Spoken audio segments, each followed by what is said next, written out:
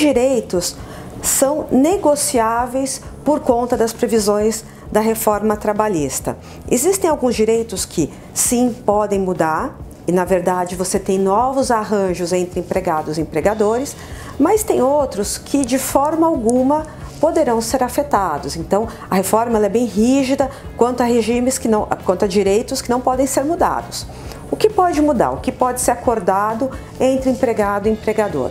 Questões como pacto da jornada, então a duração da jornada, banco de horas, intervalos, pode haver uma redução do intervalo, mas até um limite, planos de cargos e salários, participação nos lucros e resultados, home office e o regime de trabalho parcial. Esses são alguns exemplos de direitos que sim podem ser discutidos entre trabalhadores e empregados nos limites da legislação.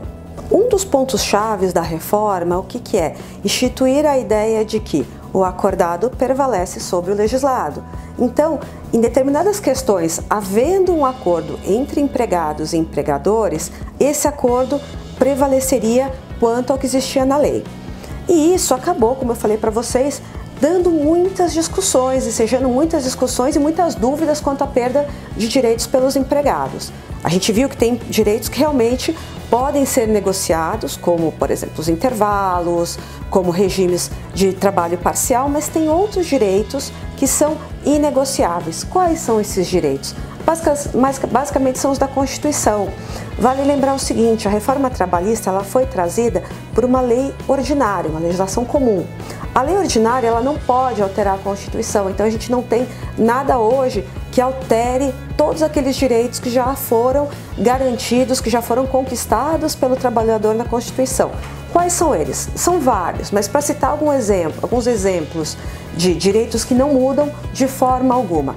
Direito ao registro na carteira de trabalho, direito a seguro-desemprego, fundo de garantia, salário mínimo, hora extra, remuneração do trabalho noturno superior ao diurno, férias, 13º, descanso semanal remunerado, licença maternidade e paternidade, aviso prévio, proibição de trabalho dos menores em determinados horários, em determinadas atividades, proteção e normas de saúde e acidente do trabalho. Então, esses direitos fundamentais não podem ser negociados de forma alguma. E se tiver alguma cláusula que preveja em algum acordo esse tipo de negociação, essa cláusula ela vai permanecer sendo nula.